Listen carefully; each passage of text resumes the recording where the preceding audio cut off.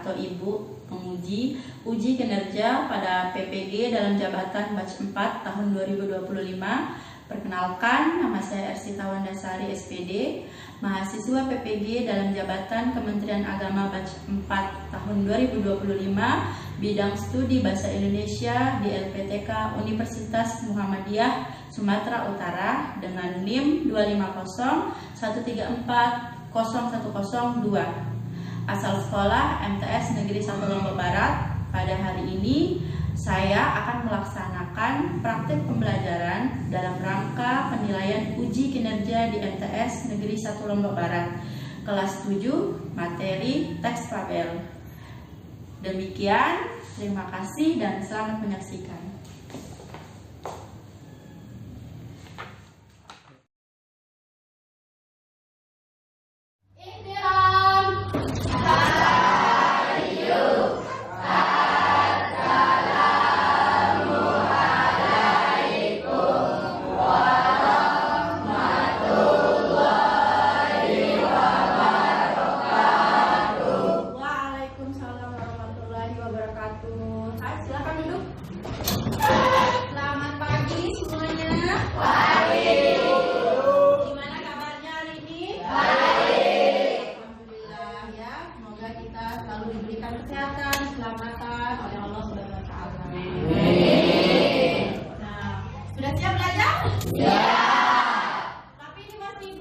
Beberapa sampah yang ada di bawah bangku kalian atau di samping bangku kalian, silakan dipungut dulu sebelum kita memulai pembelajaran.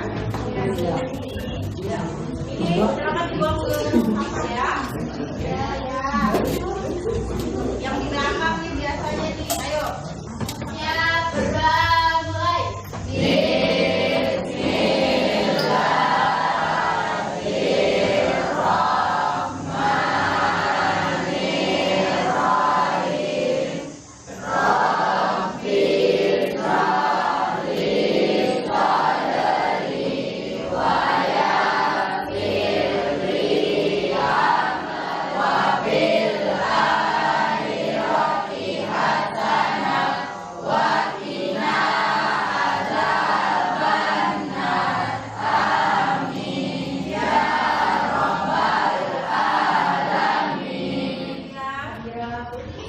Arman, Askia, Bayu, Bayu Kurnia, Eli, Sungkar, Winda, Zaki, Zulaika, Umayyah. Berarti hanya 2 orang ya tidak masuk ya?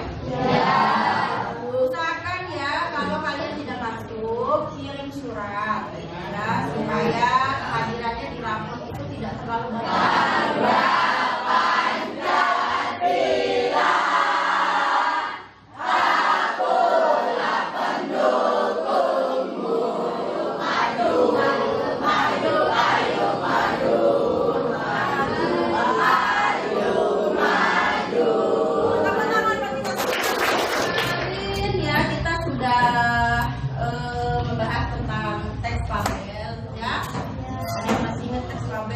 Itu apa?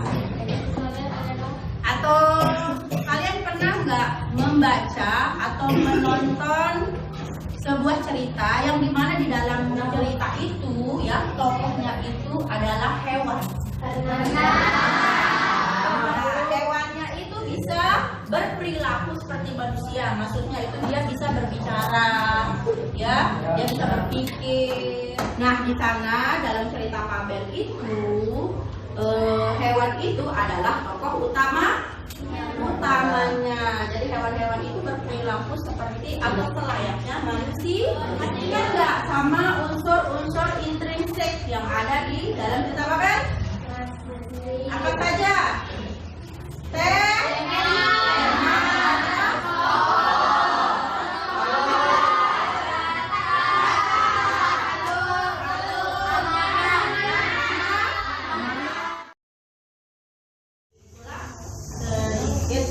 Tentang cerita fabel ya. Fabel adalah cerita pendek berupa fiksi atau dongeng yang menggambarkan watak dan budi pekerti manusia yang tidak ibaratkan pada binatang.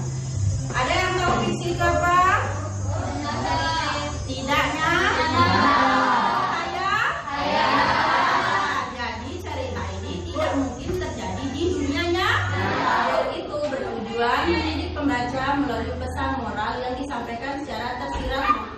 surat. Seringkali mencontohkan watak manusia yang baik atau buruk. Jadi di dalam fabel itu selalu ada yang namanya pesan moral yang ingin disampaikan oleh penulis kepada pembaca. Nah, contohnya seperti pesan moral itu pesan-pesan untuk kehidupan kita sehari-hari. Nah, ini unsur-unsur intrinsik yang tadi itu. Tema itu adalah gagasan utama cerita atau inti dari cerita.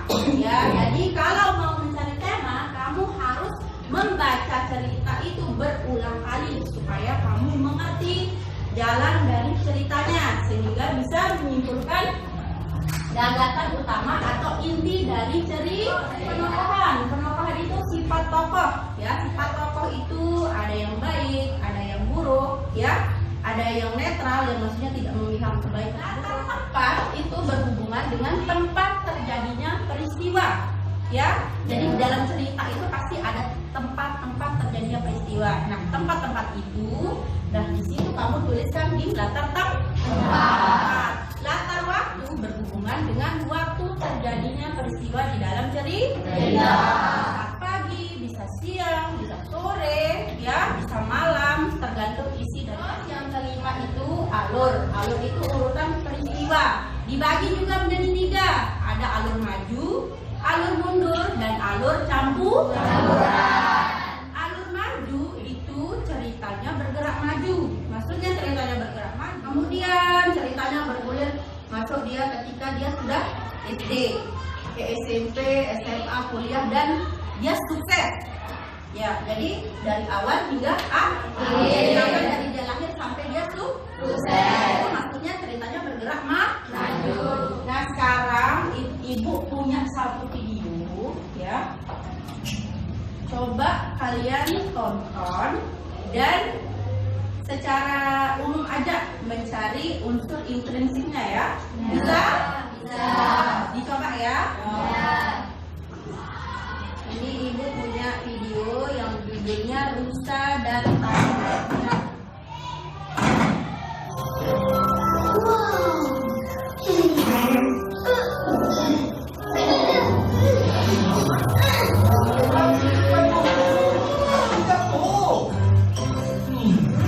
Kenapa untuk? Berapa? Kakiku rupanya. Kenapa aku yang mempunyai dan cantik dan aku? Kenapa kaki yang kurus dan bodoh ini?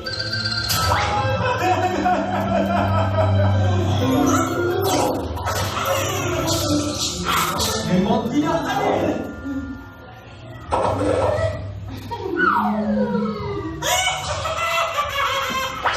Apa betul kamu? Aku boleh cuba ni. Dia hanya masalah aku. Hai, sebenarnya kau tak ada masalah. Memang tanduk kau cantik dan kuat. Tapi kaki kau isi kurus macam tu. Masa pun kau tak akan dapat. Kaki kau dah memang kurus macam tu. Tak ada apa yang aku atau kau boleh buat. Kalau tak nak tolong, cakap je lah. Aku dah biasa asal kaki tu.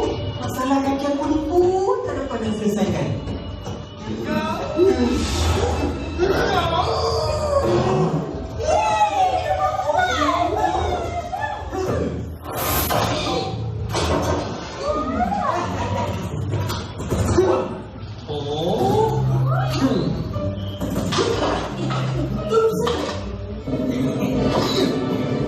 Jangan bayati. Tahu tak apa. Aki, nak ais krim lagi? Boleh. Ya, sudah ya, sampai situ ceritanya. Nah, sekarang mau tanya nih dari awal sampai akhir. Siapa saja tokoh yang kalian temukan dalam cerita itu? Angkat tangan. Saya. Nah, Najwa. Terus siapa lagi? Saya. Siapa? Burung apa tadi? Burung apa? Merpati. Terus apa? Kancil. Terus? Saya. Singa. Terus? Saya.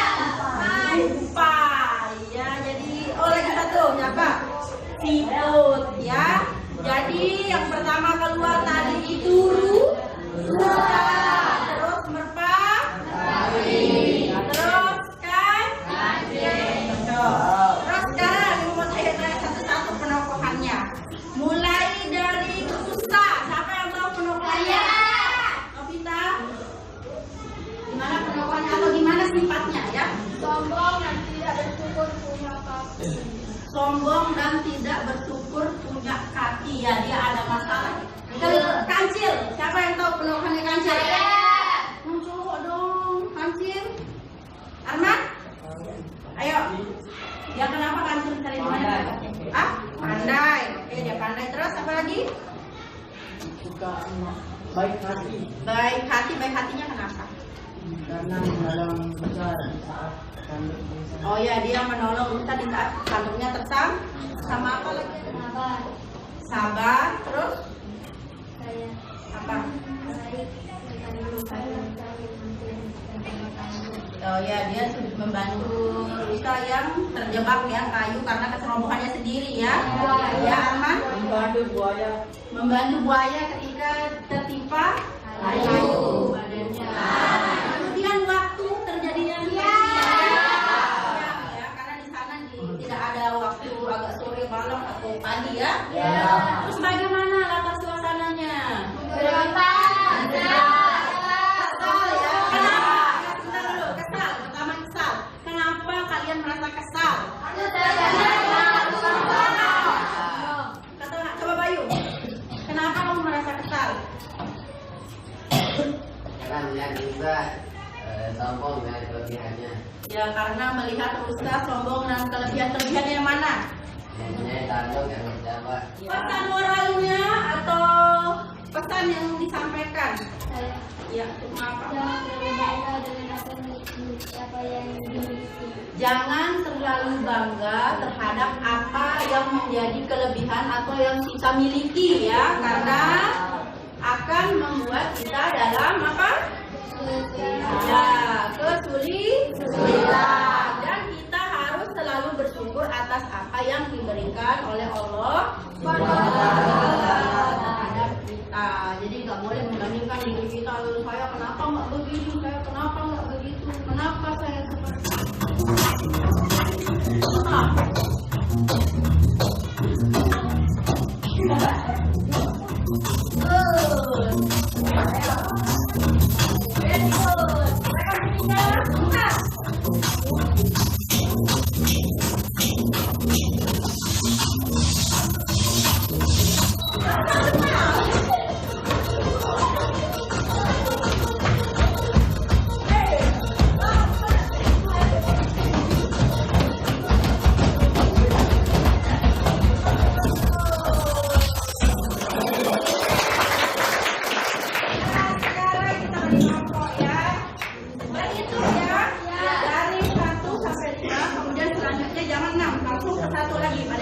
itu. Ingat nomornya, karena nomor ini menentukan kelompok kalian.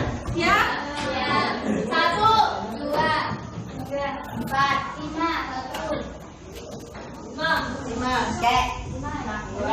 4, 5. Oke, sekarang yang hanya bawa tas sama bukunya. Kelompok 1 silakan di sebelah sini. Kelompok 2 di tengah belakang ini ya. Kelompok 3 di sebelah sini yang ada depan. Kelompok 4 di sana.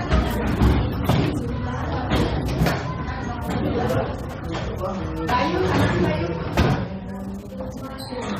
kita buka halaman di 4 di buku paketnya ya. Halaman 4 itu ada 3 cerita fabel ya. Yang pertama Raja Kera yang Budiman itu untuk kelompok 1. Kemudian yang kedua itu Dedaunan Perahu untuk kelompok 2. Kelompok 2 silakan dilihat halaman 4. Kelompok 3 Kera dan Buah Durian ya. Kelompok 4 mana kelompok kalian baca ceritanya ya sampai kalian mengerti. Kemudian kalian mengisi LKPD lembar kerja peserta didik ini untuk menganalisis unsur intrinsik di dalam cerita tersebut seperti tadi video tadi ya. Jadi kalau yang benar-benar memperhatikan videonya pasti akan sangat cepat dan tepat ya mengerjakan tugas ini. Kalian pertama mencari tema, kemudian tokoh, penokohan, latar tempat, latar waktu, latar suasana, alur, dan amanah.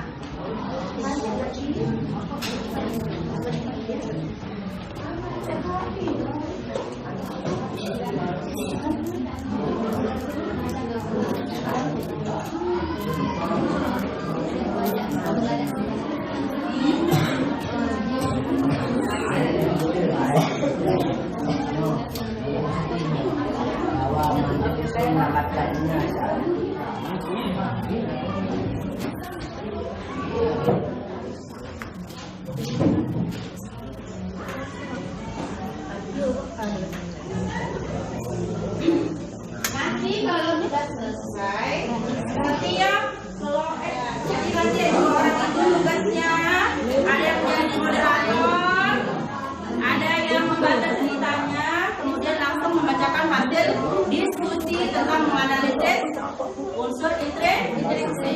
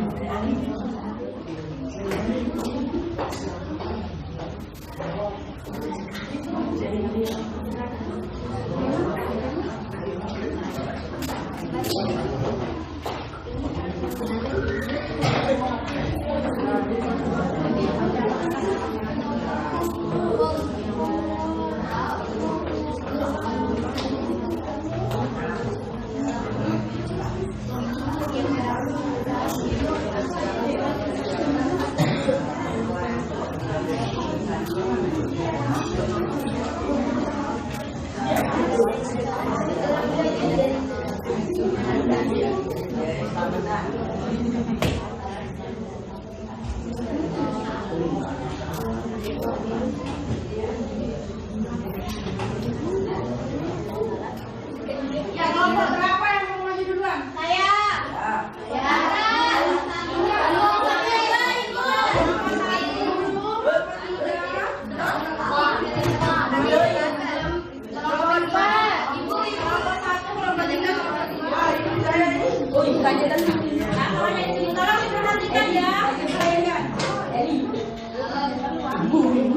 Siapa yang? Assalamualaikum warahmatullahi wabarakatuh.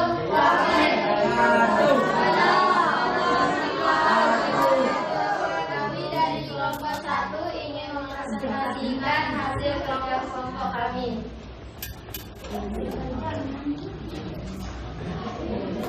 Raja Kera yang budiman. Berkisah tentang Raja Kera dan rajanya yang tinggal di lereng gunung Himalaya. Kera-kera di sana sangat patuh akan perintah rajanya, yang kemudian memerintahkan pasukannya untuk mencari pohon di mana buah itu berasal. Sang raja dan pasukannya akhirnya menemukan pohon. Seorang pemimpin harus memikirkan nasib rakyatnya dalam keadaan bahaya sekalipun. Sekian dari kami. Wassalamualaikum warahmatullahi wabarakatuh.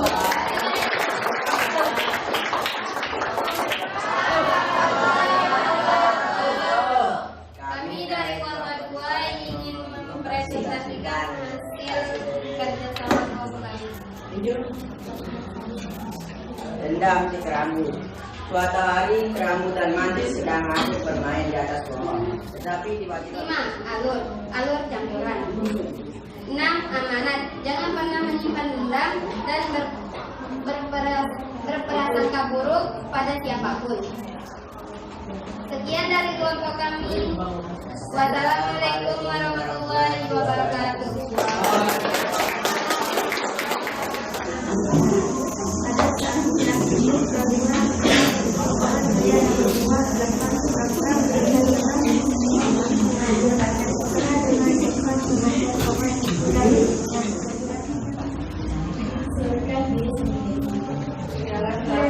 Seakan-akan mengucapkan diri sendiri. Ya,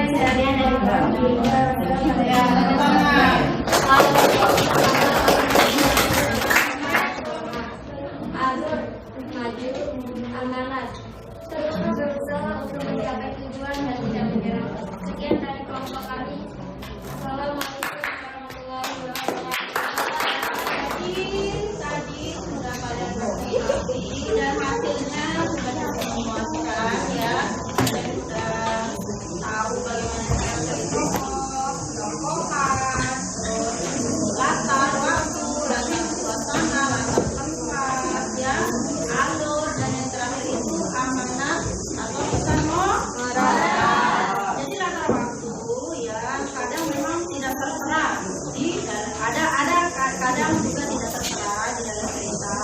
Terus latar tempat juga seperti itu ya. Bisa kalian tidak usah dijawab atau dikosongkan saja kalau memang tidak ada ya. Kesimpulannya dalam pelajaran kali ini bahwa cerita Fabel itu bukan hanya cerita untuk menghibur saja ya, tapi di sana juga terdapat atau kita belajar tentang nilai-nilai dalam kehidupan. Contohnya tadi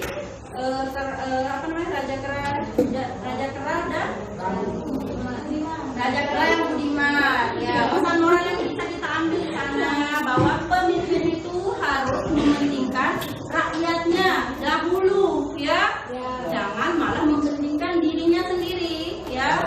Nah, di sana contoh yang sangat bagus itu Raja Kera itu mengorbankan dirinya untuk menyelamatkan rakyat Kera supaya dia bisa kabur atau melarikan diri dari pasukan manusia. Dia akan ditembak. Kemudian terus Kera dan buah durian, di mana kalau keserakahan itu akan membawa petaka kepada kita. Jadi kita sebagai manusia itu tidak boleh serakah. Karena di mana-mana sesuatu yang berlebihan itu tidak baik, ya. Terus apalagi dendam di kerambu. Nah, di mana di sini itu kita tidak boleh yang namanya langsung bukan dendam, ya menyimpulkan sesuatu kalau misalkan yang ini dia seperti ini. Padahal sebenarnya di sana kerambu itu ditolong oleh mantin. Itu ya tentang cerita Fabel. Jadi tujuan cerita Fabel itu memang untuk menghibur, tapi juga ada yang namanya nilai-nilai kehidupan yang bisa kita pelajari dan kita jadikan contoh. Jadi untuk pelajaran minggu depan kita akan mempelajari struktur tentang teks Fabel ya. Ibu spill aja sedikit ya. Jadi struktur teks Fabel itu yang membangun cerita ya. Yang pertama, struktur yang pertama itu namanya orientasi. Kedua itu komplikasi. Yang ketiga itu resolusi, dan yang terakhir itu koda. Di mana orientasi itu berisikan tentang pengenalan para tokoh. Nah, jadi di awal cerita dikenalkan tokoh-tokohnya, nama tokohnya, ada monyet, ada ular, ada kancil, ada rusa. Kenapa kalian ketawa ibu bilang monyet? Dia kan di sana kan? Ya. Monyet kan? Ya. Terus ada kerbau di sana, ada singa, ya. Di sana orientasi itu berisikan pengenalan tokoh, tempat, ya, waktunya. Kemudian yang kedua itu apa ibu bilang tadi? Klimaks ya. Klimaks itu di mana terjadinya permasalahan yang dihadapi oleh tokoh-tokoh ini. Biasanya ada tokoh yang baik, ada tokoh yang jahat. Nah, resolusi ini di mana pemecahan masalah antara tokoh baik dan tokoh yang jahat. Koda itu penutup. Ya, biasanya berisikan tentang pesan-pesan moral atau amanat yang disampaikan penulis kepada pembaca. Ya. Tadi sudah mengerti ya tentang unsur intrinsik? Ya. Insya Allah kita ketemu lagi minggu depan. Ibu harapkan kalian sehat semua dan belajar